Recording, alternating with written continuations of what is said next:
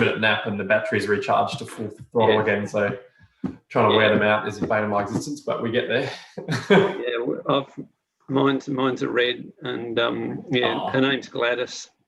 Did you name one of yours after your premier? No, we named ours after that. That dog Quincy that was a bit of a viral sensation. A few years ago. Yeah, we just like the name, so no, we named it after that. But excellent. So why'd you name it after the premier? Because I wanted to be a good leader. I wanted to be honest, loyal, and diligent, just like Gladys Berejiklian. Yeah, I'm going to keep her away from any dogs called Daryl, though. Yeah, you should have called her Berejiklian. Yeah, in the park. Berejiklian. Oh, she gets Berejiklian when she's misbehaving. Yeah. We've got 25. We've got 25 participants already. Oh, wow. 26. So yeah, it's climbing up now. I might wait another tiny little while. We'll get it above 30, and I'll start. Okay. 28. Come on. It's interesting. There was a webinar on ehrlichiosis last night, and this disease that dogs get, and so there were about 600 registrants. Only 150 turned up, but that was still a fair amount of people. Yeah. Jeez, Rightio. I'll wait until Garnet gets back, and then we'll start. Just warning the babysitter. Yeah. Well, welcome everyone. I'm Dr. Robert Johnson, Director and Chair of Vets Beyond Borders. Thanks for joining us for the third instalment of our webinar series. Since the Black Summer bushfires last year, Vets Beyond Borders has been engaged with various state government agencies and animal welfare organisations to reflect, review, refine and upskill in order to be better prepared for future disaster events. In February of this year, disaster struck again, with bushfires affecting the Perth Hills region of Western Australia. As many of you would be aware, Vets Beyond Borders prepared our Australian Veterinary Emergency Response Team to be on standby to assist the Western Australian Government during the crisis. Thankfully, our volunteer support wasn't required, and the teams on the ground were able to manage the situation. Tonight, we have the pleasure of being joined by two core members of the Western Australian Government's Committee for Animal Welfare and Emergencies, who will be presenting their experiences managing the animal response during February's Warraloo fires. Dean Huxley is the manager and acting hospital manager of Western Australian Wildlife and holds a graduate diploma in strategic leadership. Dean began volunteering for WA Wildlife back in 2008 when the organisation was known as Native Ark, and has been employed in a management capacity since 2012. He was Native Ark's Animal Care Coordinator until 2017, overseeing the rehabilitation of more than 15,000 native animals in that time. He delivers wildlife rehabilitation workshops on behalf of the Department of Biodiversity, Conservation and Attractions, and runs ongoing seminars in effective communication and organisational management. Dr. Garnet Hall is a local veterinarian with 15 years of experience in small animal, dairy, beef and equine veterinary services, and is president of the Australian Veterinary Association Western Australian Division. Garnet is a graduate of the Royal Military College Duntroon and is a commissioned officer in the Australian Defence Forces, holding the rank of captain.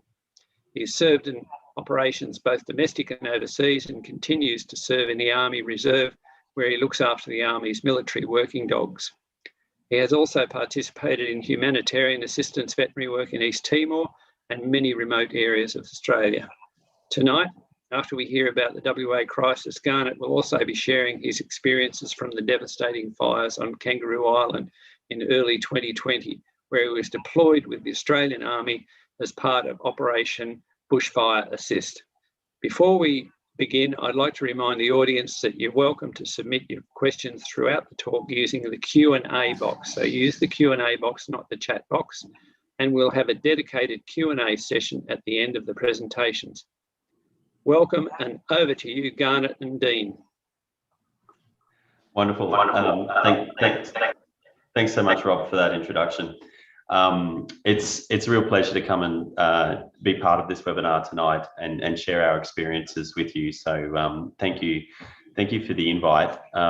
One of the things that I'd like to get across right at the beginning is that the vets and the nurses who volunteered their time to assist in both of the events that we're going to talk about tonight, they made a real difference. They made a significant improvement to the lives of the animals that were affected in these disasters, and by extension, the communities that were involved in these events. So the ability of vets, nurses and others to respond to events like this and be part of things and organise through groups like Vets Beyond Borders is so essential, because these events are certainly something that we will see again. Dean, did you want to pipe up with this bit? Yeah, no, thanks, Garnet. And look, it's going to be, Garnet and I are going to be tag teaming this a little bit. But look, just to echo Garnet's words, again, the volunteers, the nurses, the vets, and the local rangers, they were really putting in so much time into this bushfire response. And I don't tend to like to use the word volunteer. I prefer to use the term unpaid professional. And I think that's really what we saw there was professionals who were volunteering their time, in an unpaid capacity, but we're really representing not only animals, but all the different departments in this industry extremely well. So again, just wanted to echo that sentiment that Garnet said, and just, I suppose put it out there that these people were unpaid professionals, not just volunteers. Yep. All right. So the first thing that we're going to talk about is the Wooroloo fires. Alrighty, so if you can see the map here, I just wanted to give you a bit of an idea of the scope and the sheer size of this fire. So essentially the fire started on February 1st on Werribee Road, which is in Wooroloo, and it was reported around midday. Now, that particular day, it was also during our COVID lockdown, which Garnet will talk about, but there were very strong winds and high temperatures. So the temperature got up to 38 on that day. Now, residents of Wooroloo, Baileyup, Gidgegannup, they were pretty much urged to evacuate straight away. And then by the second day, in terms of the fires, 80% of the properties in Tilden Park and the Gidgegannup area were actually lost, which is devastating for that community and a huge amount of land that was destroyed. Now, due to the strong winds and the fire, it was very fast moving. These fires were jumping massive roads that would normally be a huge barrier. And this was causing the firefighters to have to combat many spot fires in the area. And look, whilst this fire was devastating, it had the potential to be a lot worse and a lot more far-reaching had it not been for the emergency services personnel that were putting their lives on the line to contain this fire. So looking at the map, you can see the areas marked in black, that was the immediate fire zone. And the areas in red were the high danger. So that was too dangerous to evacuate. And essentially the residents had to make preparations to fight the fire at that stage. The yellow areas were sort of moderate danger. That was sort of leave now or prepare to fight. And then the blue was the low danger, which in Western Australia, that is sort of watch for updates, get ready to act, but urgent, but action may not be required just yet. So that was the whole fire area. And it's almost, it comprises of around 10,000 hectares, which is an absolute huge amount of land to be burnt in one spot. And as we were pulling this presentation together, Dean and I both realised that we both loved maps. So everyone's going to love maps by the end of this, or hate us. So there we go. So right from the very beginning, people suspected that this was going to be quite a bad fire. We were seeing news reports very quickly that homes were threatened, homes were being destroyed. Initially, it was thought to be a suspicious blaze, but it turned out that it wasn't actually, or unlikely to be, suspiciously lit. And then to make things even more complex, we had, after 8 or 10 months of no community spread of COVID, we actually had our first case for ages over here. So it all coincided with a 5-day lockdown. So here we had 2 rather large scale disasters happening at once. So absolute chaos. Alrighty. So this photo was taken by a local resident that was obviously quite a number of kilometers away from the fire, and yet you can see by the photo just how devastating that fire must have been to get a scale image like this. So by the time the fire was essentially contained, it had traveled 25 kilometers from its source and had already burnt through tens of thousands of acres of land, with 570 of those acres in the first 3 hours alone. So it was a massively fast fire. It essentially had traveled across 3 shires within the city of Swan, and the ever-changing wind direction, it made it very difficult to predict sort of the direction of these flames and these fires. And it was something that all the volunteers and the team had to keep an eye on whilst trying to actually save and protect these animals that were there to help.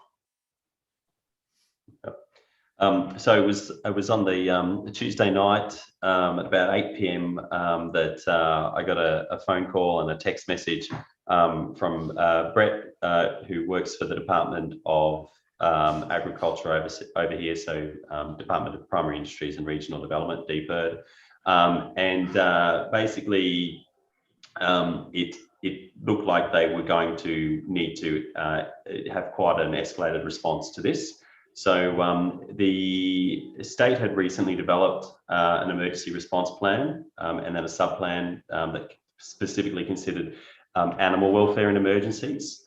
And they made the decision to activate that plan for the first time ever, which was excellent that it was activated, because it means it brought a whole bunch of extra resources to help deal with the fire itself and the animal response specifically. So in my capacity as the ADA division president over here, I was asked to try and pull together a team of vets, nurses, and other volunteers to specifically assist with that animal response. So there was no format for that. It was basically, hey, I'll bring up my mates, put a few messages out on social media, send out a bit of an email blast, contact the other members of the Committee for Animal Welfare and Emergencies, send a text message to Dean a few hours later, and figure out who we could get to assist. And we didn't know a lot at that point. We just agreed on a meeting point, which was the Incident Control Centre up at the Mundaring Sporting Complex. And I told everyone to meet me up there at 8 a.m. the next day, and we would figure out what was involved and what we needed to do, and what the best shape of that response would be. So yeah, sorry about that 11 p.m. text there, Dean. Yeah, so Garnet, no, look, it was good because it made me realise I'm not the only one that's usually up that late. So no, it was quite interesting because I got this text from Garnet.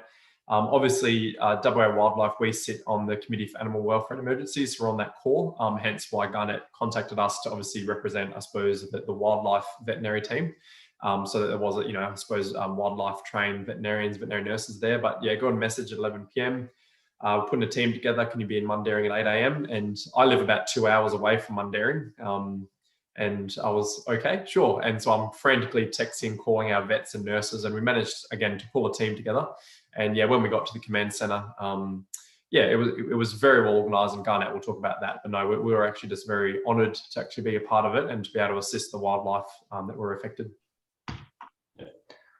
Okay, so here's another map. So just for those of you who aren't from Perth, and I understand there's a few people aren't even from Australia, we're here on the west coast of Australia, and you might have to Google exactly where Perth is, but assuming you know where Perth is, the mouth of the Swan River and Fremantle are just down here, Perth CBD are here, and then if you look at the map, you'll see places here like Gidgigana and Wooroloo. So this is where that fire area was that we showed on that map earlier, and this town here that's called Mundaring. So we were located up at Mundaring, and that's where we based the emergency response effort from, or that's where we joined the emergency response effort from. This is what the Incident Control Centre looked like. So this is a very quickly repurposed sporting arena with a whole bunch of indoor basketball, netball courts. It had a few little offices. It had a few locker rooms. It had like change rooms, a referee's room, and initially we sort of met the people who were coordinating the location there, and they're like, oh, here, just take this referee's room. That looks pretty good. And they shoved us in this room with like a couple of chairs and a desk, and we were all sort of looking at each other going, all right, what do we do with this? And I pretty quickly realized that it would be much more useful if we had a bit of office space. There was actually quite a large office with multiple desks, computer terminals, whiteboards, wall space for maps, and we very quickly snaffled that office space up, which was much more appropriate for our needs. We did set up a small little hospital area as well, just in case people were going to turn up at Mundaring with animals. It turned out that only one animal actually ended up being brought to Mundaring, and everything else we did was out in the field, and then the field teams would take care of all of the animal needs out there or back at other veterinary hospitals. But nevertheless, we did have the ability to deal with things if they turned up. So yeah, this photo show, it's a little bit difficult to see, but this photo shows just the scale of things. So there's probably about, let's say, 60 vehicles in this car park here. There was even a much larger car park over to the side that probably had another 200 vehicles. There'd have to be 30 or 40 demountable shipping container office ops buildings that were dropped off here overnight. So they were already there as we set up. You had a yellow check-in area over there. We had the urban search and rescue guys based here. We had food vans that were starting to turn up, and then used a lot of the structures that were already there. And it was a very active, highly charged environment. There was a lot of people moving around very quickly. There was a lot going on, a lot of information, a lot of questions, and that, you know, if anyone's had experience in a disaster scenario, they all feel very similar at the start. And it's a lot of, right, what is going on? How do I find out what's going on? And what do I tell everyone else is going on? Yeah, I had a similar but not so similar experience to Garnet. Obviously, I got my 11 p.m. text, and then I got massively lost on the way because again, I lived 2 hours away, and I actually turned up to some old bloke's house, and I thought it was very underwhelming because there was only 2 cars in the driveway, and I thought, oh, this is the command center that Garnet was talking about. And after 10 minutes of talking to him, we realized we're in the wrong spot. And then we kept driving for another 40 minutes, and our GPS wasn't working. So we finally arrived at the command center. And then it was completely overwhelming because we'd gone from a bloke's house with 2 cars to all these people and cars and everything else running around. And yeah, we obviously, when we arrived on day one with Garnet, we were in this little old referee's room, which we've been involved in, I suppose, WA Wildlife. We've been involved in some level 1 and 2 bushfires in the past, which is local government. And you don't usually have, you know, a command center like this. Often it's, yeah, you might just turn up and there's a couple of trucks and you make do. So it was fairly normal. I do remember, though, Garnet needing some power boards and told me to find them at any cost and to go back to my convict roots. I remember saying that now, yeah. But no, I didn't. No one else is using them, just grab them. No, I ended up being able to borrow them from one of the local DFS guys who lent me his toolbox of all these power cords. It was all good in the end. And yeah, look, our volunteers, all the team that I took with me had never been involved in a significant fire like this, so they were a little bit overwhelmed as well. But I think it was good just having the support of DFS and DPIRD and obviously Garnet and his team at the ABA. It just made things a lot, you know, more manageable in the sense there was really good information. And even though it was a little bit chaotic and, you know, we were just sort of figuring out things as we went along, I would like to say it was organized chaos. It did have sort of that underlying structure and component to it, which is, you know, thanks to the ABA and DPIRD as well. So we did, again, feel very overwhelmed at first, but as the days progressed, we started to get a much better feel for how these sort of really large scale state level 3 fires are conducted and all that goes behind the scenes.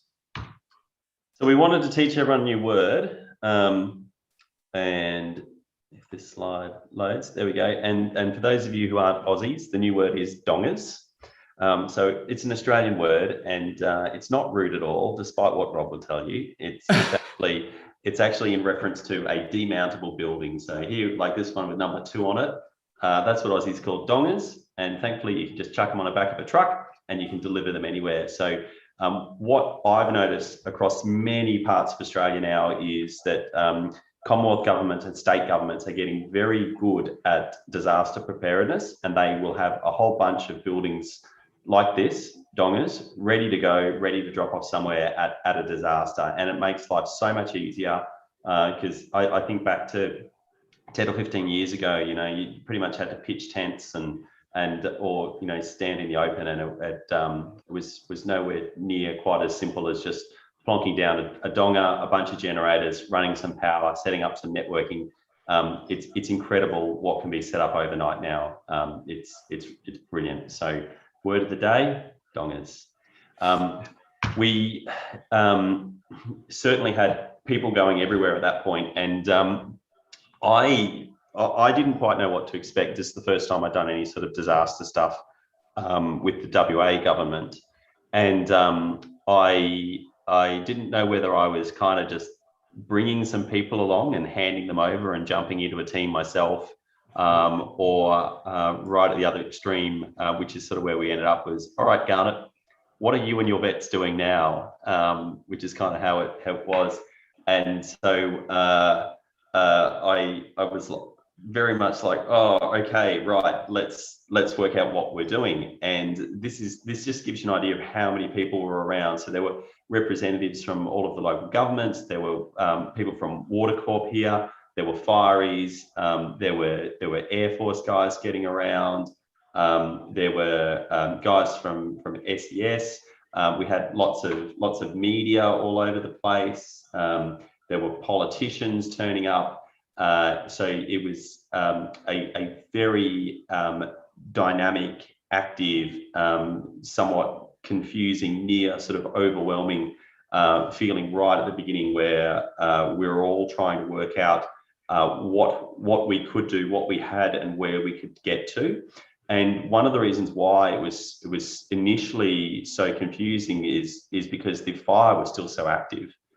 There was a lot of fire still burning, and we'll show some pictures of that in a second. But basically, no one wanted to send anyone into danger. So there was a big need to understand what was threatened, what was burnt, what was safe, what was unsafe, and this fight for information began right at the very start there. And it was certainly a very complex task, as Dean will explain. Yeah, well, as you can see in the map, so Australia, as you'd imagine, is a very large place, and Western Australia, for example, just to give you a scale, is about a quarter of the size of the United States. So it's a very big state, and so we've got really big properties. Now, the area, the lines in red, that was obviously the burns affected areas. So in terms of the number of properties that were affected, we're talking hundreds, more than 1,000 properties were in the affected areas. Now, it's a mixture of residential, hobby farms, large farms, and also bush blocks and sort of nature reserves. So there's a really complex mix of land use all within that space, which makes it very difficult, not only for the emergency response personnel, but also for the volunteers that were going in to assess the animals. So there were more than 85 homes destroyed, but there were at least over 200 saved by the emergency response team. However, Tilden Park, which is a big nature reserve near Gidgegannup, they were the most heavily impacted areas. And that was just because the direction in which the winds were moving and the fires, it just ripped through Tilden Park. And that has some really, I suppose, important wildlife species from biodiversity perspective that were greatly affected in those fires. So yeah, the different types of property made sweeping for animals very difficult, because you can imagine it's not just like walking through someone's backyard. You know, some of these properties were, 100 acres or more. So it's you can go to the sort of the front doors or the front houses, but then you're almost having to then get on 4 drives and drive around properties looking for animals, looking for wildlife. So it's not a matter of just quickly sweeping. This is a large amount of land that we're trying to be covered with, a couple of dozen volunteers at best at any given day. So it was a massive task that we were trying to do. And we were also then worried about falling branches, falling in holes, so all the normal bushfire safety stuff that we had to go through as well. So when we say it was a complex task, you can see by that map just how complex that was. And the fact that every property in that affected area was essentially, I suppose, inspected and signed off as in terms of animal welfare needs were met. We have to take our hat off to the entire team for the work that they did there. Mm. And our team was even just a small part of a much bigger team as well. So we had our vets and our nurses. In fact, most days we had 7 teams of 4, mixture of vets, mixture of nurses, and a mixture of rangers. And we were just the animal welfare team.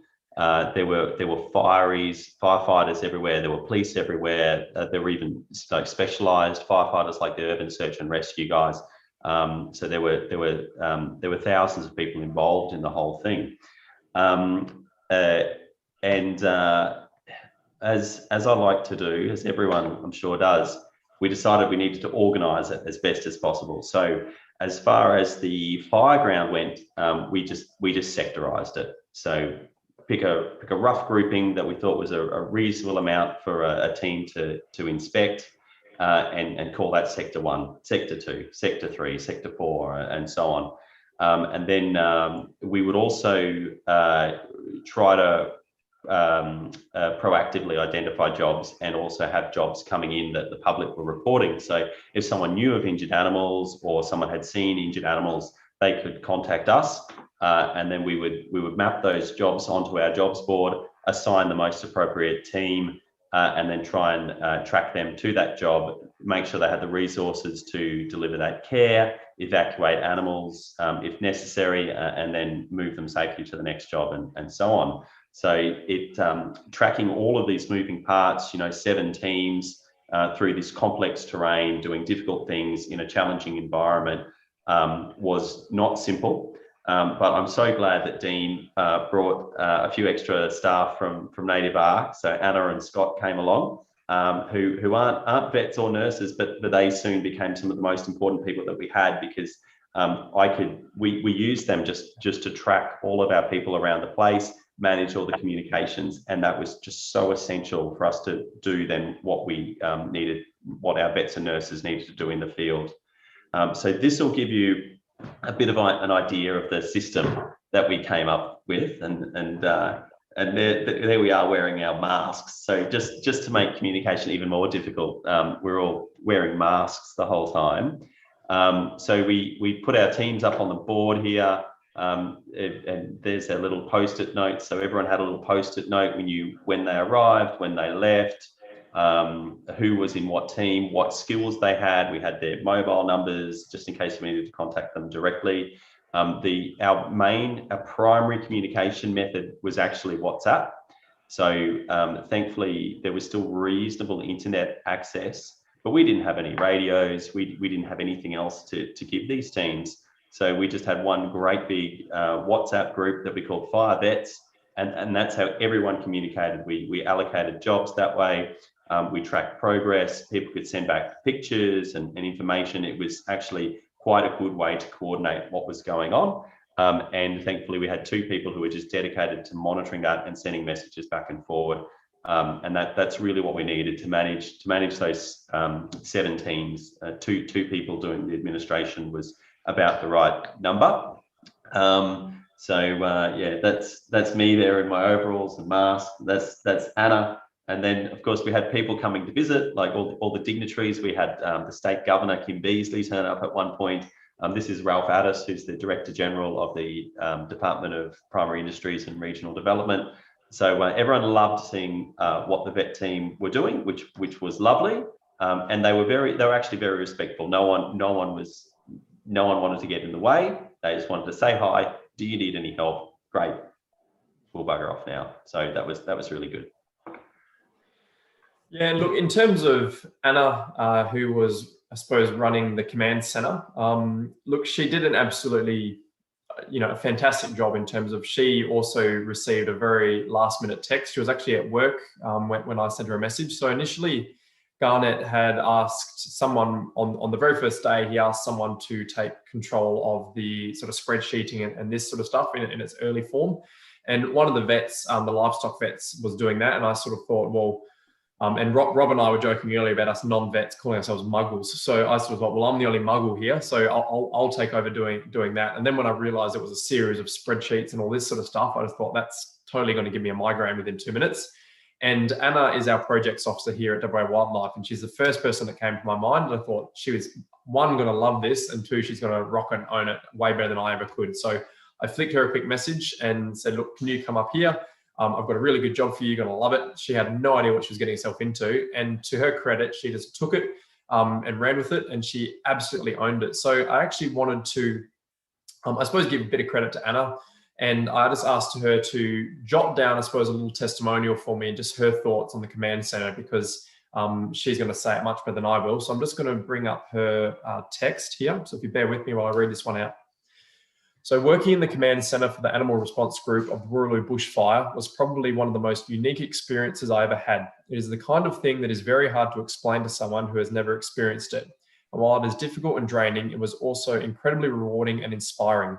Seeing how many people were willing to drop everything and give up their time and resources to help the animals was incredible. There was no member of the team that wasn't needed. It is the type of thing that I would never have seen myself doing. And now that I know, I would jump at the opportunity if it ever arose again. This command center was the first of its kind here in WA, and as such, there was nothing set up. Everything had to be figured out on the fly while still trying to achieve the results we wanted. And while there were definitely areas to improve on, we all pulled off something remarkable. And I think, Anna's last sentence there, we all pulled off something remarkable, could not agree more. From something that just evolved out of little referee room to something by the end of it, there was a really highly efficient command center. It just goes to show that when people put their egos aside, work for a common cause, we can achieve anything. And we managed to save, almost 1,000 animals during this fire. Yep. All right. So now getting into the much more dangerous, hot and vibrant side of things. This is what was happening out in the field. So we had a very active fireground. The areas that we would able to go into were fairly tightly controlled by the fireys, so the Department of Fire and Emergency Services.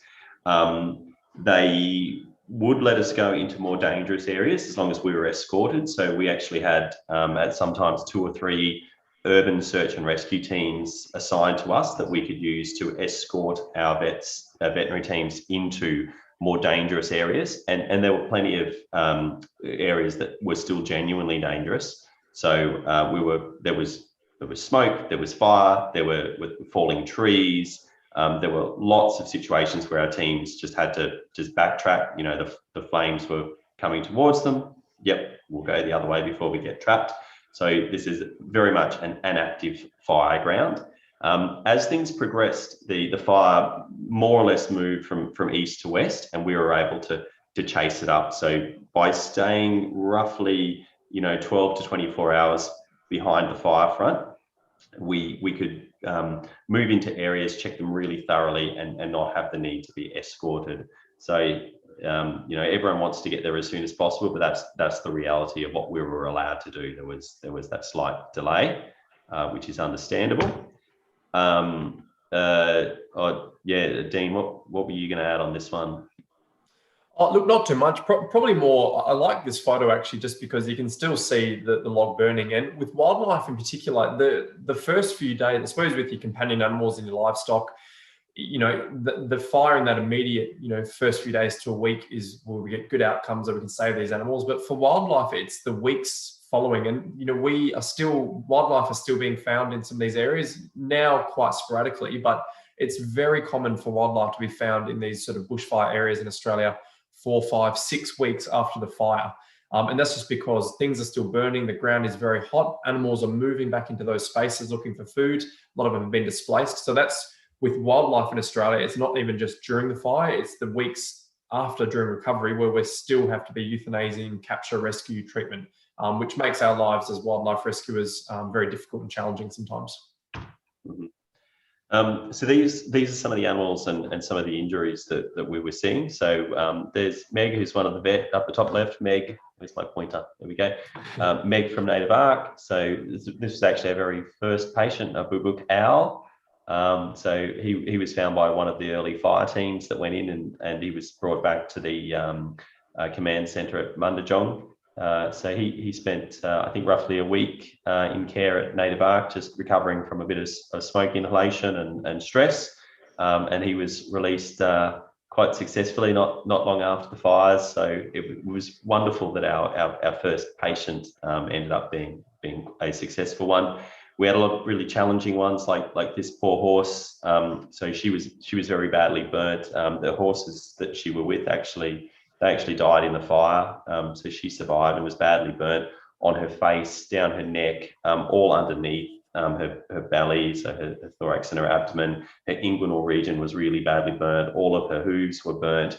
And so she actually came down to my vet clinic and stayed in hospital for about 2 weeks before successfully going home. So another successful one, thankfully. We had lots of livestock that were injured, so lots of sheep that were burnt. You can see all the smoke just gets into their wool. So we had lots of black sheep. They had injuries like smoke inhalation. The wool is quite insulative, so it's good at protecting, but obviously they don't have wool on their legs and their feet. So had plenty of sheep that were reasonably badly injured, like this poor guy. So he was an older fella. He was a bit of a pet sheep at the property where he was living. I think he was about 10 or 12, and he'd been really knocked around by the smoke. So he didn't need to come into hospital. He needed a lot of TLC out on site, but our teams visited him a few times and got him on a course of antibiotics to deal with some of his smoke, his secondary pneumonia from the smoke inhalation, and some anti-inflammatories, and lots of feed and water from the owners and others. So some more sheep there. It's a poor little kangaroo that, of course, was fleeing from the flames. A lot of the wildlife that could get away did well. They seem to have a reasonable sense for getting out of the fire area in a reasonable way, but not all of them could. We did see many that were injured and many that had perished, and many that needed to be put to sleep. Yeah, so that kangaroo that you can see in the photo, that particular kangaroo had to be shot. Unfortunately, kangaroos, the adults, they're incredibly difficult to treat and rehabilitate, primarily due to a condition known as myopathy, or caption myopathy, as it's often associated with these rescues. And so generally these animals are treated very similar to horses. You know, if they've got injuries to their feet, they're very difficult to contain in captivity, and they end up dying of caption myopathy as a result of the stress and the trauma. So it is much kinder of them to be euthanized. The joeys, if we can get them under 5 kilos, are usually quite treatable. And so that tends to be our criteria out in the field. If we can capture them under 5 kilos, we can sedate them and transport them back for treatment and rehabilitation. I will just note one of my probably favorite rescues, or near rescues. It wasn't even a wild animal. Because our team had a vet and a nurse who were also small animal vets and nurses, we got called out to a different property when there were no wildlife calls for a deaf dog that was still in the house. And that is an understatement. This dog would not hear a nuclear blast if it went off. We were banging on windows, banging on doors, trying to wake this dog up, and it would not wake up for anything.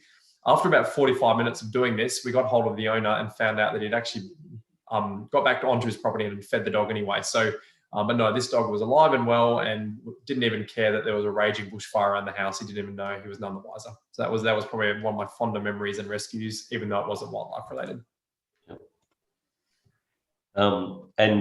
This was a very, reasonably populated area, but lots of animals. And a lot of people did manage to get away with their animals, but there were others who just couldn't. And, they were faced with that really heartbreaking decision to leave their animals behind in some circumstances. So this is just one of the signs that we saw, dogs in shed, in case of emergency, call me. So those dogs were fine. Thankfully, there were things like alpacas who were, had to be left behind. I'm sure if people could have thrown them in their cars, they would have, but they just couldn't. There were the donkeys that were left behind. There were sheep that were left behind. And you not only do you feel for the animals, but you feel for the owners who were forced to make that choice, because no one made that choice through anything except complete desperation. No one would leave their animals behind. unless there really was no other option. So despite all the best intentions, despite preparation, understanding the risk, there will always be people who are forced to make that choice to leave their animals behind, and there'll be a need to assist those animals afterwards.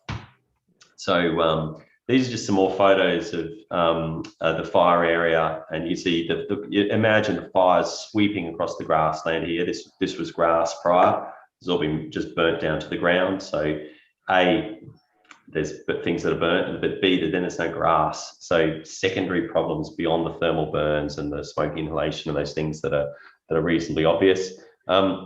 This property actually belonged to a couple of clients of mine, and they could not get back into the fire area. Thankfully, we could. And so and they knew their horses. They took, I think, like a dozen horses out, but they couldn't get them all out in time. So these two were stuck behind, and they were just so thankful that I could take a photo of their horses and say, hey, they're fine. So they were very happy about that. But there was a lot of property destruction. So, horse floats that were just burnt down to molten metal. This is an aerial shot that shows some of the scale of destruction. I think I've said half of what you were going to say there, Dean. Did you want to add something more? No, I'm all good. No, you've covered it all. Thanks, Gunnar. Oh, you've got the Joey rescue story. Well, look, this one was actually, this Joey was captured and contained, and we were able to treat, and it's in rehabilitation now. This one, however, wasn't caught by our team. Both of our wildlife team were busy, probably trying to rescue a deaf dog that didn't need rescuing. But under our guidance over the phone, we were able to communicate with one of the other vet teams how to sedate and capture the kangaroo, which is not something that most vets have a lot of experience doing, because they tend to work with livestock or domestic animals, etc.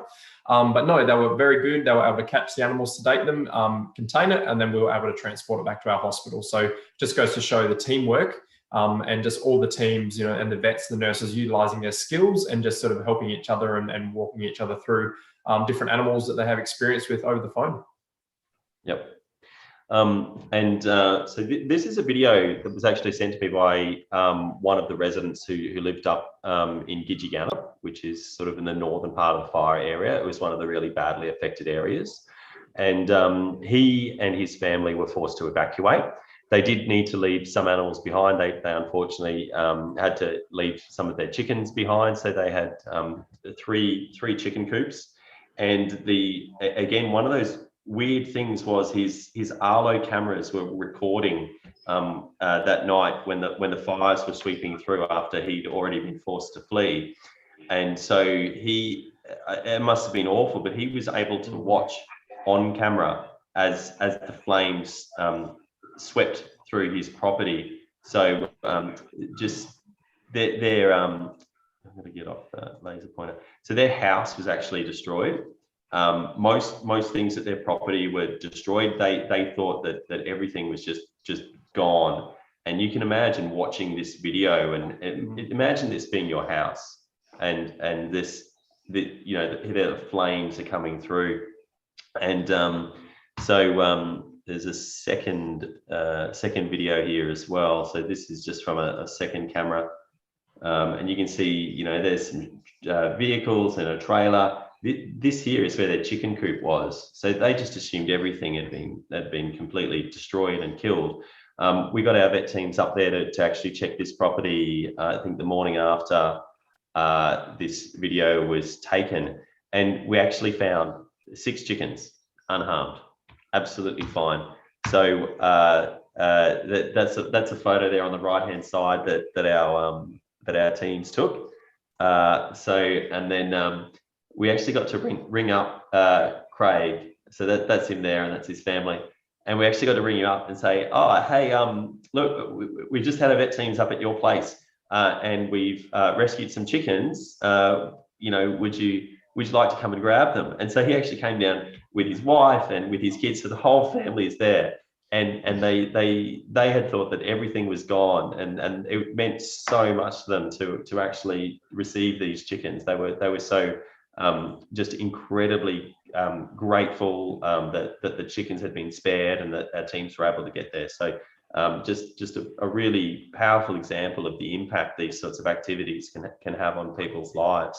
So it was really lovely to be part of that. There were all sorts of animals that needed to be reunited, and we had chickens. There's Dean with what is he, a little blue tongue or something, Dean? Little blue tongue skink, yep. Yeah. And there's some of the vets and nurses from West Coast Vets with the dog. And now that dog actually wasn't injured in the original fire. It went and walked across some hot coals afterwards. Poor little thing. And look at it. It's still smiling. It needed lots of pain relief, lots of bandaging, but it just had such a positive attitude the whole time. It was really nice to be able to help all those animals. There were, of course, lots of horses. So we've got Martin here, he's a horse dentist, a veterinary horse dentist. So loading up this massive Clyde or whatever it is onto the float there. So that one went down to Murdoch Vet Hospital for treatment. And what have we got here, Dean? So we've got so we've got an echidna and a possum. The echidna, we've found a lot of echidnas that were mostly unharmed due to their ability to, being echidnas, they go underground and they can protect themselves. I thought what was really great through this whole experience is we all had a WhatsApp.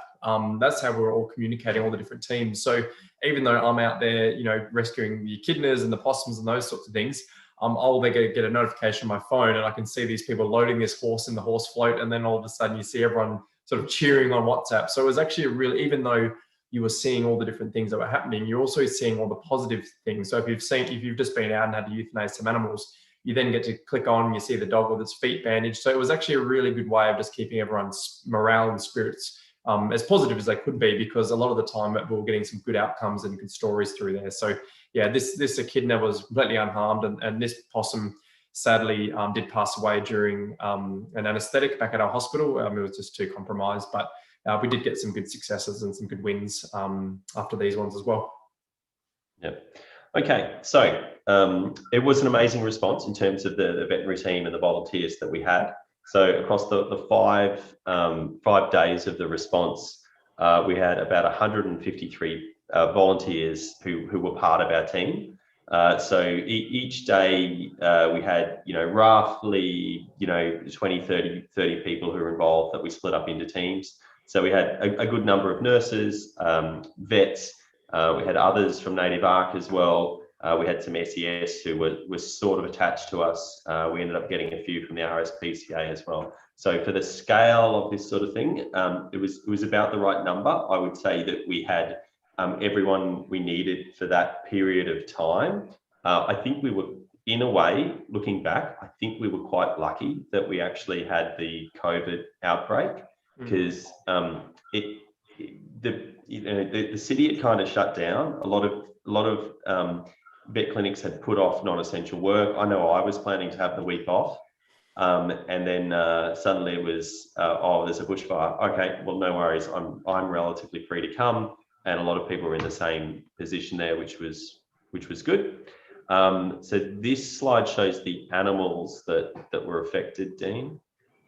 Yeah, and just to note on there too, so whilst a lot of businesses were sort of closed down, our wildlife hospital had gone from a personnel, mixture of staff and volunteers, from about 300 down to about 20. So it was our busiest week. And so then we even pulled our core personnel off of that. So in future bushfires, we're now having discussions with Rob and his team about if we have to immobilise in future fires, we'll hopefully be able to recruit volunteers through Vets Beyond Borders to actually come and work in our hospital during peacetime to learn how our vet hospital runs here, so that if we have to mobilise all of our core personnel from our hospital to the bushfire side, we have vets and nurses able to keep our hospital running. So that's something that we learned through all this, that we can hopefully work with Vets Beyond Borders in the future.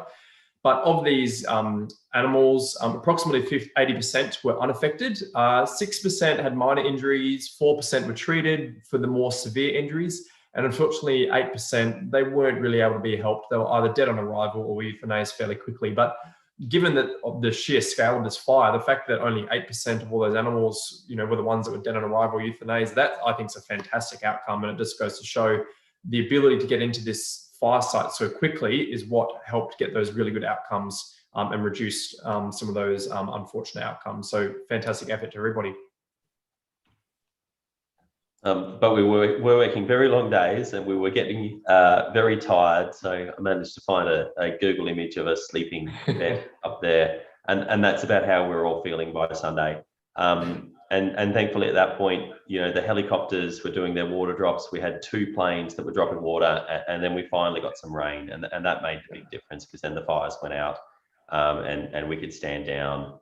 Owners could get back to their properties at that point. We could switch back to we'll call those civilian vet clinics, you know, to provide that ongoing care from a veterinary point of view. There was still a lot of wildlife work to be done, but I was very glad that you know, even if we didn't have those rains, you know, we were having some really good discussions with Rob and Sally and the team from Vets Beyond Borders, because I like to think now that if we had a future event and we didn't have this rain on day 5, that we would actually be able to bring in reinforcements and deliver that prolonged response. And I'll in a couple of slides, I'll actually go through what happened on Kangaroo Island, which was a much longer response. So mechanisms like that will be very much needed. Did you want to add anything else on that one, Dean? Yeah, look, not too much. Look, just again, echoing the fact that, you know, this entire experience, I think none of us were prepared for. And it's something that I think we're all going to live with, you know, and hold, you know, quite dear to us in a weird way, because it really, even though it was such a traumatic experience for us and the animals, it really did bring out the best in humanity. And it's something that we rarely see these days. And I think with all the stuff we see on social media, and it's not always positive stuff, but again, just being able to see the WhatsApp and seeing all the good news and seeing some of these stats that came out of it, it was really, it's one of those weird moments in animal care where you really get a sense that we've actually achieved something for the greater good. And it was because of teamwork. And and I mean that genuinely, there was no ego, there was no personalities. It was purely just a bunch of really passionate, committed people working for a common goal.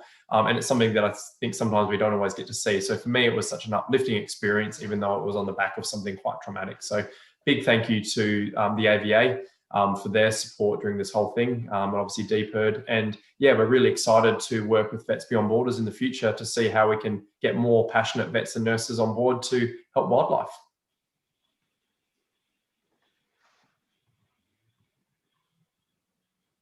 Rob, do you want to say anything in the middle before I crack on with the Kangaroo Island part? No, I'm riveted, and looking forward to your story about Kangaroo Island. And we've got a couple of panelists at the end to sort of, I guess, ask some questions. So, including Michelle Ward from Taronga and Dubbo. So, I think it's going to be a good Q&A session. So, let's hear about Kangaroo Island, Garnet. Wonderful. All right. So this is a collection of photos that I sort of took myself or collated that sort of describe what happened down on Kangaroo Island just over a year ago. So this summer was of course known as you know, the what do they end up calling it? Black Summer, actually, I should know. But anyway, there were fires across many different parts of Australia. So all along the southern, well, in the southern area, like on Kangaroo Island, then Victoria and New South Wales up the east coast there. So there were lots of different fire areas, and it was on the 4th of January that the fires sort of really started ramping up on Kangaroo Island. And then on the 5th of January 2020, I was actually sort of contacted late that afternoon and asked if I could be involved in the response. So I actually live in Perth over here, and I was told, can you get on a plane at 6 o'clock tomorrow morning? And we're going to fly you over to Adelaide, and then we're going to get you over to Kangaroo Island, because the army is going to be involved in a response there. We're going to maybe send a few hundred people just in case it ends up being a bit bad, and just to assist with things, because it's not looking too good. And things actually got a lot worse from there. So I didn't know much about Kangaroo Island apart from roughly where it was. I knew it was pretty large, but I did my Wikipedia research as I was traveling over there. So it's the third largest island in Australia. The first largest being Tasmania. Then we've got the Melville Islands up the top that you can't see here. And then there's Kangaroo Island. So it's actually really big. It's about 400 kilometers from one side to the other. So it is a big island. So this is a blown up version of it. So the only way to get there is, well, apart from plane, is by ferry. So you can drive all the way down there on the mainland, and then you have to get a ferry to go over. And what you can see from this map is that there's actually a huge amount of Kangaroo Island that's basically nature, heavily forested areas with lots of animals, lots of native animals. Lots of livestock in these areas. It's so much of it is this really pristine wilderness, and it was unfortunately an area that was very, very vulnerable to burning. And so I'll show you some of the fire maps in a moment, but almost half of the island was extensively burnt as part of this event. Now, you might think that when you do stuff with the army, everything's really organised, but that would be wrong. So of course, I found myself heading over to Kangaroo Island. I was on the ferry, and I realised I didn't even have a map of Kangaroo Island apart from what I had on my phone, and I didn't expect there'd be much signal or battery. And I thought, well, I better find myself a map. So this is the tourist map that I stole off the ferry, and it's actually the map I pretty much used for the whole time there on Kangaroo Island to figure out where I was and where I was going. I thank you, C-Link, for giving me this map.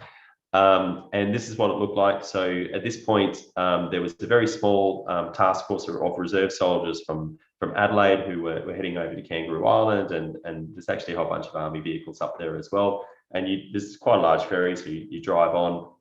There's a passenger area at the top. And so I was snapping a few pictures of this beautiful day. It was sunny, it was warm, and just wondering, what on earth I was about to get into. I really didn't know.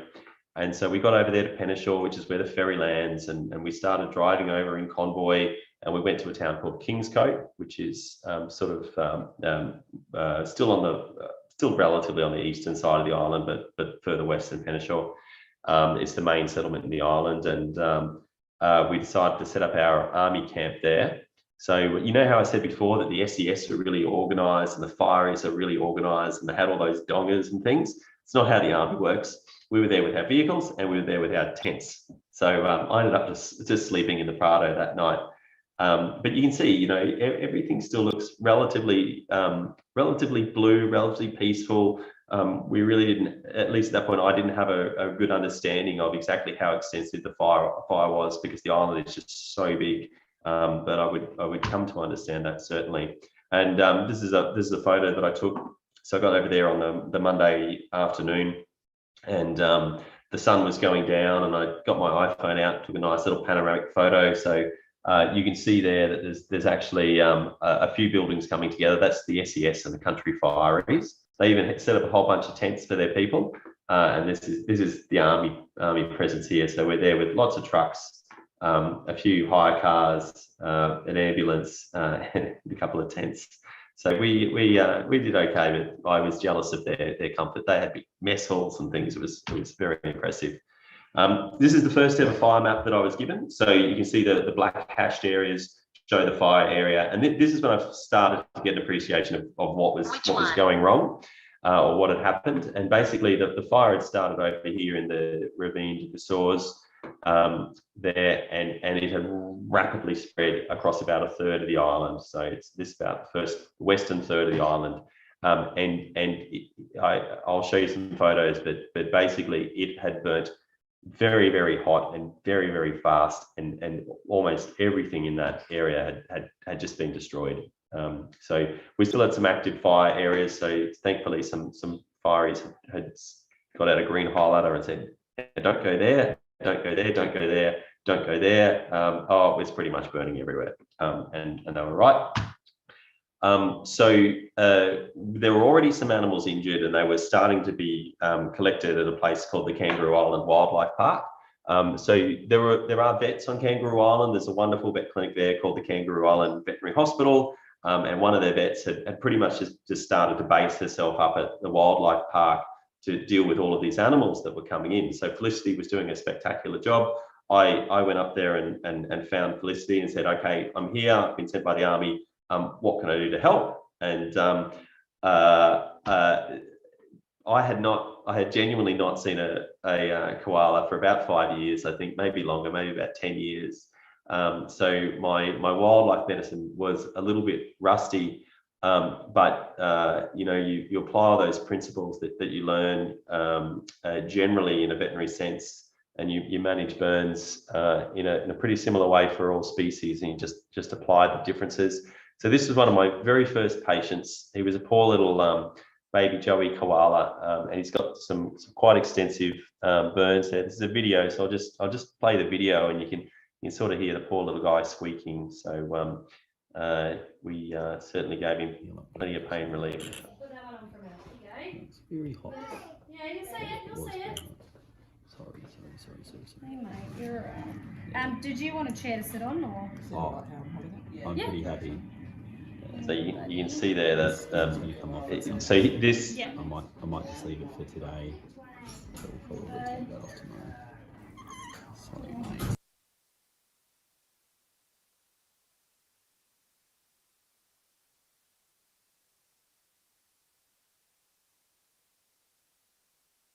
I reckon 99% of the animals in those fire areas were just killed straight out. So koalas aren't very good at getting away from fires. If a koala is threatened, it climbs a tree, and that's not a very good thing to do in a fire, unfortunately. So most of the animals that we would later find in these areas were just straight killed. But for whatever reason, there were some that somehow managed to survive. A lot of them had very, very severe injuries, like this little guy. So this is just some more of the injuries that we were seeing. So some adult koalas, you can see these burns here. So it's a very fresh, very raw. You know, that skin on their hands is very similar to ours, a little bit tougher. You know, and it's still just as vulnerable to burns, and so quite extensive burns there to lots of koalas. So this was lots of koalas that we're seeing right at the very beginning. And I do mean lots and lots of koalas. So I think by the end of this, I think we're on the Tuesday here, we had about 60 koalas that we treated, and just more and more just turning up. And I was certainly becoming confused as to which koala was which. And I said, all right, we've got to come up with a system here to identify them. So I got a whole heap of dog collars, and that's what we used. So that suddenly we had all these koalas wearing dog collars, and we were trying to identify them. So that was our very first rudimentary system to try and identify everything. So this poor guy's got a really badly burnt nose. I'm just putting some Savlon cream there on his nose. So this is the outdoor picnic area there at the wildlife park at Pandana. And at this point, we also had the vets from Savem, so a wonderful bunch of volunteers from South Australia. So the South Australia Veterinary Vets and Emergency Management team, with their very distinctive red overalls. They've got quite a lot of experience treating wildlife, which is fantastic. And they certainly added to what was very quickly becoming a bigger and bigger problem. And I think by this point, we had one vet table set up in a little shed, which was literally a garden shed where they used to park the mower. We had another table just outside. We were using Sam and Dana's kitchen. So Sam and Dana, the wonderful owners of the Kangaroo Island Wildlife Park there, just turned their house into a wildlife hospital. So it was just wild. There were koalas everywhere. There were wombats. There were penguins. The penguins weren't injured. They were just there. Their 18-month-old son was there. It was wild, and just all the time, more and more animals turning up, and everyone kept, at this point, I really had my head down, just treating animal after animal after animal. But everyone kept talking about Thursday. All the fireys, especially, would keep talking about Thursday, and they'd say, "Oh, got a bit of a lull, but Thursday's going to be bad. It's going to be really bad." And you sort of pick up on these conversations, and you don't really register it more than that at the time. What do they mean Thursday's going to be bad? And you ask them, and it's like, well, it's going to be really hot. it's going to be really, really dry, and the wind's going to be blowing from the west. It's basically going to blow the fire straight towards the middle of the island. So everyone had this real sense of foreboding that something really horrible was going to happen. So more injuries. So this poor little guy had some scars there on his face. There's some of the team. So in the middle there, in the army uniform, that's Alex. So Alex was a reservist. Normally worked in IT, and he was assigned to me as my driver. So I thought, oh great, the veterinary team gets a driver. And the great thing was he was just so keen to help out. He very quickly became an expert koala wrangler. It's not at all what he expected to be doing, but he was completely invaluable. There were people like Phoebe over there on the right. So Phoebe worked in hospitality on the island. Of course, all the hospitality had just shut down. All the tourists have been cancelled. This is pre-COVID, so everyone was like, "Oh, this is horrible." Not imagining how bad it would get a few months even past that. But so Phoebe was just like, "Well, hey, I've got nothing to do. I may as well volunteer up at the wildlife park." But just brilliant. We had human nurses who were there helping. Barb, who was a retired human nurse, just there on holiday, and she started organising everything for me, which was so invaluable. So more little baby koalas here on Dana's kitchen, and then more and more patients. We started building temporary enclosures everywhere to fit everything in. I think this one must have been taken on about Wednesday, and we had about 200 animals at this point. We had 3 teams going, just continually, assessing patients as they turned up, retreating existing patients, giving everyone pain relief, antibiotics, bandaging, just on and on and on. We had lots and lots of supplies turning up. This is Dana's kitchen table. That's Dana there actually. So we're just working through all of the cases. This is Wanda the wombat. So Wanda was completely unaffected as well, but she was just very cute. So she got a lot of cuddles. And then this sort of gives an idea. We had lots of burns to hands and feet of different degrees, other associated problems, and we had all of these koalas, and we wondered where to put them. So a tip for everyone: koalas will sit reasonably happily in a laundry basket. You can see this is our initial medical record system. We were just writing on scraps of paper, putting them on the koalas, and a breeze would come through and blow everything around. So it was very, very difficult. But we got our identification with the dog collars. The cephalic vein on koalas is enormous. So if you need to give them fluids, then placing an IV is actually reasonably simple. They also respond quite well to subcutaneous fluids. And then you'd see things that were really, sad. Like this is a female with a little Joey in her pouch here. We've just sedated this girl to treat her wounds. And I thought we'd have a little look in her pouch. Just in there, you can see a little baby koala. Hello, little one. Hello, little jelly bean. And it's attached to one of her nipples in there. Yeah, so poor little thing. So it was still alive at that point, but koalas are one of those species that will often just lose their pouch young because of stress. So lots of things like that. And it wasn't just wildlife. Somewhat more familiar to me were the livestock. So lots of sheep that were affected. So these guys, you can't quite tell, but there was a big house over on the left there that was burnt, and a shed that was burnt. We've got some sheep here that were lucky enough to survive the fire. They generally look okay, but there's definitely a few that are singed.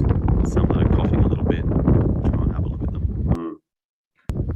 And so here we are, and it's sort of, we've reached this Thursday morning, and as predicted in the weather reports, it was really hot. It was really dry, and the wind was blowing straight towards the center of the island. So all the fires whipped up, and they started threatening the town of Pandana. Now, the problem there was that we just spent 3 days moving, treating all of these animals in Pandana, building all these temporary enclosures. There were so many animals there. And then suddenly the wildlife park was threatened, not just the animals that we're treating, but all the animals that already lived there. There were dingoes, there were emus, there were crocodiles, This was not only a wildlife park and a business, it was always also Sam and Dana's home. And so this is some of their dingoes. So I shot this on that Thursday morning, just as the skies were starting to turn a bit grey, and you see the dingoes were becoming really unsettled. Dingo. You can see all the fire and smoke just on the back edge of the wildlife park now. These are our new koala enclosures. Dingo.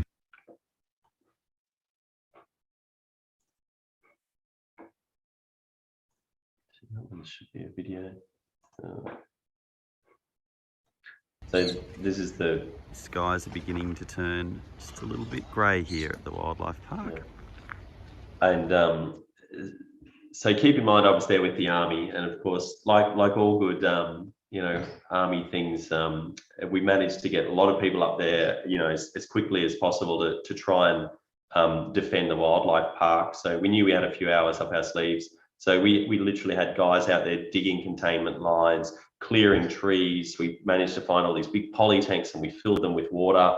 We had guys cleaning the gutters on the roof there of Sam and Dana's house to do everything we could to defend the wildlife park as much as possible. And that was something that all of us felt so strongly about at that point. After spending so much time and effort trying to rescue these animals, it would have just been completely horrific, to lose them all in a second fire. But what can you do? You can't move them all at that point. Sam and Dana, had to make the decision as to whether they were going to stay or whether they were going to go. We've been told that the fires are 40 minutes away from Pandana. As you can see, the sky's looking pretty grey and smoky. So we've got to evacuate now by my little mates. And so we were told that we had to go.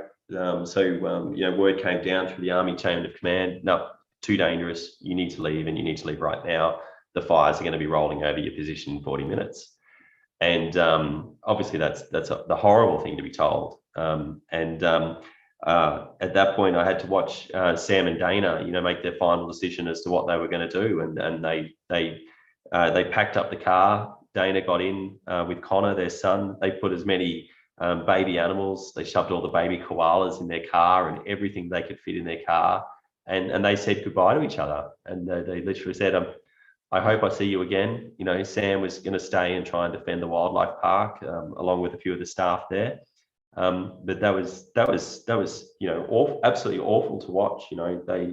There was a real chance that they would never see each other again.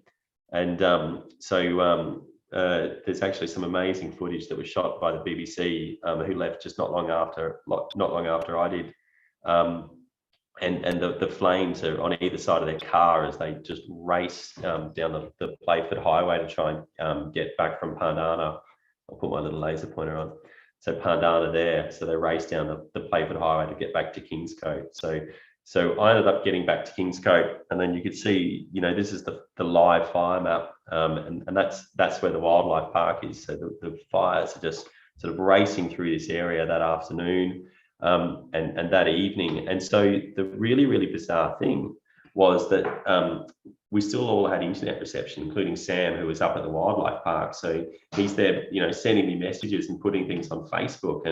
And this is actually a picture he sent to us.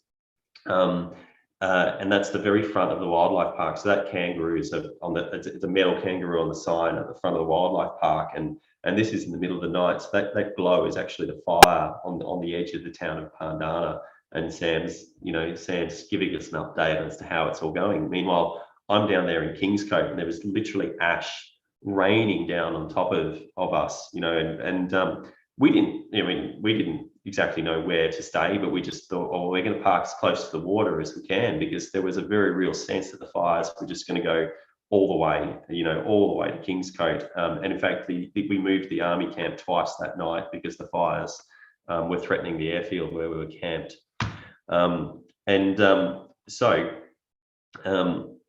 We survived the night, and so did Sam, and so did the wildlife park. But I just want to show you what that looked like, because this little yellow dot there, where I've got a laser pointer at the moment, that's Pandana, and that's where the wildlife park is. So that night, that fire basically swept from this point down either side of Pandana and well past it. And that highway there that I spoke about, the Playford Highway, that's the only link there, and that was burnt out, and that's where that BBC crew was like madly driving to try and not die on their way back to Kingscote down there. So that's where the airfield is, where we had to evacuate from. So I was absolutely thrilled, as was everyone, that they'd survived there. But that was a horrible feeling, and a really horrible situation that everyone was very happy to have survived. And we legitimately felt like that. We felt like we had avoided death. But not everyone did. There were some human lives lost, although that had been a few days prior, and there were a lot of animal lives lost and a lot of infrastructure. So this thing here that I'm standing in front of was once upon a time a Mack truck. This was a house. This was a timber plantation, and this isn't just an isolated thing. This situation was repeated hundreds of times across Kangaroo Island. It was very badly devastated by these fires. But there were also lots of organisations that were willing to help. So at this point, we'd gone from having a couple of dozen army soldiers to a couple of hundred, and by the time I took this picture, there were near on 1,000. We had a battle group down there at this point, and there was a mixture of reserve soldiers and full-time soldiers. We broke the entire island up into areas of responsibility. So one armoured regiment, they're a tank regiment from, they're based in Darwin and also in South Australia, but they're full-timers, and they were given a sector of the island to look after. 1027 is the local reserve infantry regiment. We've got 16 Air Defence Regiment over here as well, another full-time unit. So the Army really sent a massive presence down.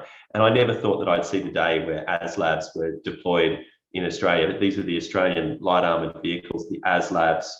These things were used in Afghanistan, as an infantry fighting vehicle. And here they are, rolling into Kingscote, which is just amazing. Not something I thought I'd ever see. And it wasn't just resources that were being chucked at it in terms of humans, but we were getting lots and lots of donations. And that was really nice to know that there was enough supplies to treat everything that we wanted to treat and needed to treat and could reasonably treat. So we had lots of bandages, lots of. Are you after me, Rob? Are you? Oh no, keep going, oh, mate. Yeah. So we had lots of bandages, lots of supplies, which was really nice. This is Dana's house. Just all this stuff was donated, and a lot of it was sent by vet clinics, which was really lovely. And this is how we spent our nights, feeding Joey's and taking silly pictures in their kitchen.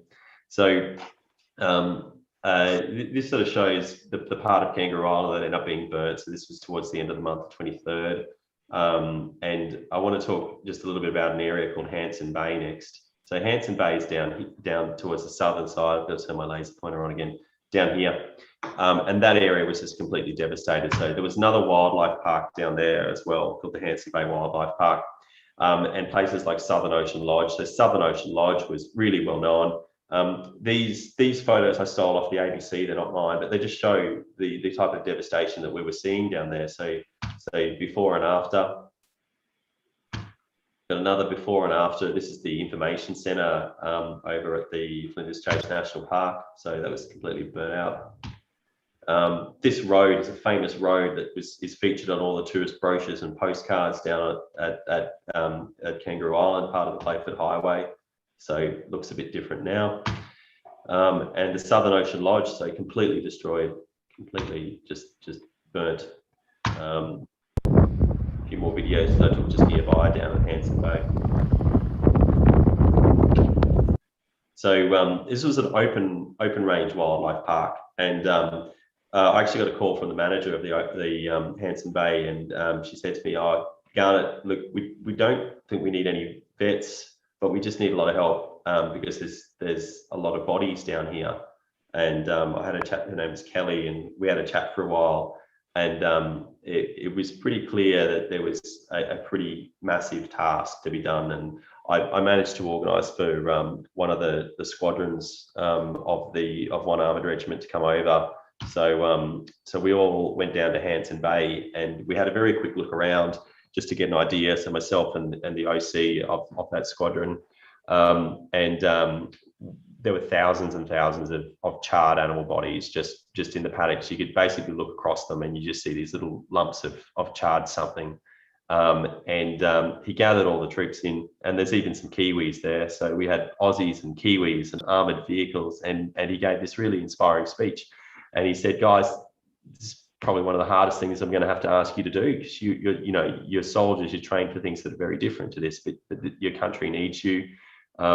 We all need to pitch in, and we need to do the right thing, by this place and by the animals that have been killed here and by the community.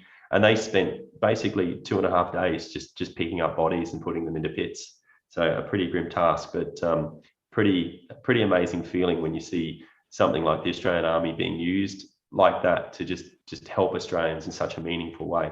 So that was really amazing. And there were media absolutely everywhere. So I got very good at doing media interviews while treating koalas and just talking. I reckon I gave 50, 60 interviews just while working this whole time. There was people there from the project, there were international media, there were Chinese media, they were just everywhere. So the coverage was quite good to raise awareness as to what was going on. And there was one poor Scottish journalist who happened to turn up as I was getting a little bit cheeky. And turns out she didn't know what drop bears were. So of course, being a good Australian host, I couldn't help but explain what a drop bear was, and of course then offer her the opportunity to hold a drop bear. And her cameraman actually said, "Oh no, you should do this. This would be a really good experience. I'll film it for you." So poor Debbie, the Scottish journalist, this is her experience holding a drop bear. So Deb's going to be holding a drop bear. She's got the drop bear suit on. Yeah. How are you feeling? Well, at the moment okay, because there's nothing near me, but it is a bit like a Batman suit. So I'm a bit worried about why I need this level of protection. Okay. Right on. They do go for the legs. Okay. So drop bears are a close cousin of the koala, but they're actually really vicious. So it's sort of like a dingo and a normal domestic dog. They're bigger, they've got longer claws. They've actually got really small fangs, and the interesting thing about the fangs is they have a really mild venom. It's not like a snake venom that can make you really sick, but it just causes a lot of really local irritation. So the third most common injury that we see in tourists in Australia is actually from drop bear attack. So here we go. I'm getting something to cover my eyes as well. So James Cook, one of the early explorers who first came to Australia, he actually coined the term. So he was there with Joseph Banks, and what they found was that these things kept dropping out of the trees and attacking them, and they thought they looked like little bears, so they were just like, we'll call it a drop bear, and so the name's stuck. But technically, it's actually just a subspecies of the koala. It looks very like a koala. Yeah, like a wilder version. Yeah. So if you look at, I won't come too close, but I'm just going to point. So the difference between this and a normal koala, firstly, you're going to see the size. Then if you can see he's got those black hairs that are almost like bristles. They actually come out a lot further from the fur. So they're really, really coarse. Okay. Keep your hands down nice and low. Okay. All right, I'm just gonna flat hand. Okay. Oh, he's fucking yours now. Okay. Yeah. Just okay. No fast. Okay. Yeah. Nice and steady with the bear. Yeah. Keep them calm. Yeah. Everybody looks very worried about this. I'm trying not to be worried because I'm being told that he can sense if I'm worried. Yeah. We've been told that this is quite a dangerous bear that's been known to attack people. It's called a drop bear because they drop out of the tree to attack people. Just been handed it and had to put on all of this protection gear because of what it might do to me. I'm not quite sure what it's doing right now. Shit. Oh, it's looking at what? Okay. No, right. I thought he was going to get you. Right. Do you want to take I really want to take it off ITN now. insurance might not Right, cover this. Do you want to take it off? Say shit. I'm really not happy. I'm going to get the dart gun. Just don't move. Don't move. No, okay. Notice I have an extra thumb on Okay, each hand okay. compared to the koalas. No, take it off. Take it off. Please, Take please it off. take it off me. Go on. Yep. Okay. It's all right. It's all right. Okay. Good boy. Good boy. All right. Good work, Sam. Thanks, mate. That was great. There we go. You were kidding me! You were kidding me! You look great.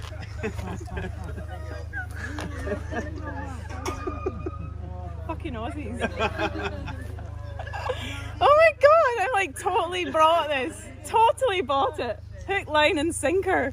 Oh my god. I'm like, it doesn't feel like it's doing anything, and then your face was just like, oh no, it's doing it. It's doing it. Oh, I'm doing what? I'm doing what? All right, so poor Debbie. That was, of course, Alfie, who was their cuddle koala that used to get all the photos with tourists when they come to the park. So he's the calmest, most happiest koala there. And they just finished telling me that morning about how he was feeling lonely because he wasn't getting many cuddles. So I was thrilled at the opportunity to stitch up a poor Scottish journalist. So last couple of slides here just show the area that ended up burning. So there's just a different kind of map, just to show, you know, not only the area that was burnt, but you can see here what was actually burnt. Almost everything in those areas is just gone. And I was lucky enough to go back a few weeks later, actually after that week from those photos we just showed, and you could already see that there was a bit of growth starting to happen again, but it was still, it's going to be a long road to recovery in most of those areas. But the thing that will always stick out in my mind is the amount of, you know, just things that were donated by the community, not just in Australia, but across the entire world. And I kept this little bag because I really liked it, but it was filled with a couple of bandages and some Sablon and some Band-Aids, and obviously from some school kids there. And it says to help care for the animals injured from bushfires, and they've drawn some little native animals on there. So that was really nice. So that's my last slide, Rob. So I'll hand back over to you. Right. Thank you, Garnet, and thank you, Dean, for riveting and informative and entertaining presentations. And I guess that until I saw the drop bear thing, I was going to say it was a story of horror and hope, but continuing the alliteration, it was also of humour. So horror, hope, and humour. And it was much needed to get a bit of humour after that was I think Saturday or something we filmed that video. So that was it was nice to change things up a bit. Yeah, well, thank you for that, and thank you, Dean, too. It's amazing. Before I forget, I must also say thank you to Robert Leach, our Programs Manager for Vets Beyond Borders, for his work in arranging this, and also for Sally Colgan, our CEO of Vets Beyond Borders. And Sally has a question, and then we'll go to the other questions regarding Joey's that she wants to ask Michelle Campbell, one of our panellists. Sally. Yeah, thanks, Robert. And thank you, Garnet and Dean. I have to say I did love the drop bear. The suit was the best. Dean, I just wondered if you and Michelle might maybe have a little chat about you made a comment about the 5 kg cutoff, which I really like, and not so much the actual number, but I like the idea of having some really simple guidelines for vets who are out there who may not do a lot of wildlife stuff all the time. I know we're really big on getting our volunteers through training programs, but you know, at the end of the day, these things, you're working in an emergency, and I just love some really simple guidelines that, you know, obviously as a vet, you're going to use your own initiative and your own expertise and bring your own diagnostic skills to the table, but to have some guidelines like that, I just thought would be great. And I just wondered what Michelle thought about that, and maybe you guys could chat with your greater level of expertise and share that with the audience. Thanks. Yeah, thanks, Sally. I don't know if Michelle, did you want to answer that one first, and then I can sort of piggyback on that one? Yeah, sure. And thanks to both yourself and Garnet for really fascinating presentations and so many learnings in there for everyone. Yeah, I mean, I agree with Sally. I think, particularly in situations where we can get overwhelmed with patient numbers and decisions need to be made quite quickly, having some really clear triage guidelines are so important. And they do often have to be disaster specific. So it may be that during a particular disaster in a particular location, that given the resources available, that we need to make particular cutoffs. But in relation, specifically, you were talking about larger macropod species, I believe, and I'm guessing Western grey kangaroos perhaps would have been the most likely in this particular disaster. And yeah, around about 5 kilos, in my experience, would be about right. For the larger macropod species, in the areas where I've got most of my experience is red kangaroos and eastern grey kangaroos, and they tend to achieve complete weaning age of around about 4.5 to 6 kilos. And so we're really at the point where they lose that dependence from mum. And I think that's a pretty good guideline in terms of what's going to be manageable in a makeshift hospital triage situation. Did you find it worked well for you guys in terms of decision making? We did, and because we were working with vets that didn't necessarily have a lot of macropod experience, we found it was quite helpful for them. And I suppose they were having to eyeball the weight a little bit, which can be a little bit difficult if you don't know what a 5 kilo kangaroo looks like. But I suppose, yeah, where we've based that off of is a few reasons. I agree completely. The reason 5 kilo is that tends to be when these joeys are sort of at foot, so they're independent of their mother anyway. And so if they're bigger than that, they're likely not going to have been protected from the mum, i.e. have been in her pouch when she was burnt. So the ones under 5 kilo tend to have a lot less injuries and burns and things like that because they've had mum's protection versus the 5, 6, 7 plus, they tend to have more the primary burns and injuries themselves, which from a triaging point of view then categorises them a lot higher. And also, I suppose we are getting some slightly better outcomes. We did have a 6.5 and a 7 kilo roo that we made a sort of executive decision to treat. But I will say the only reason I think those ones were successful in comparing them to the kangaroos of the same size we've tried to treat in the past and lost them to myopathy was that we could get immediate veterinary intervention in the sense that we were able to get pain relief on board immediately. Our vets were able to give them haloperidol, which obviously reduces anxiety long-term, and also maintain them on fentanyl patches. So they've got that S8 pain relief for quite a number of days, and then obviously contain them in specialised enclosures that we've built through our new hospital. So I think the breakthroughs we've had in wildlife medicine now the last few years is allowing us to get some slightly better outcomes for wildlife. But I think if we didn't have those, if we were relying on the old resources that most rehabilitators would have, I would say, yeah, anything over 5 kilos is probably not an option unless you've got those fentanyl patches and S8 medications and immediate veterinary intervention available. Yeah, that's great. And, I think touching on Garnett's point about record keeping and documentation, as challenging as that can be, one of the positives out of all of these disasters is that we're continuously learning. And so I think if we have really good records and we can retrospectively look at some of those outcomes, these triage protocols they'll adapt over time.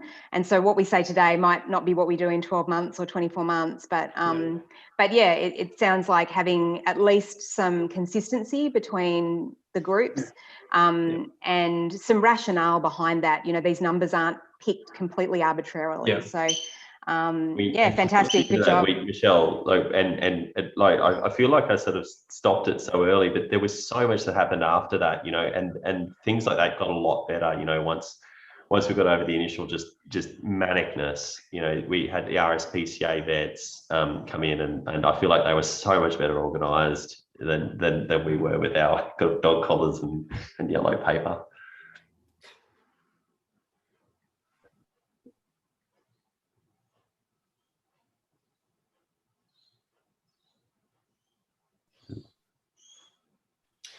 Thank you for those comments, Michelle. We've got a couple of questions from the audience. One from Berwin Squire.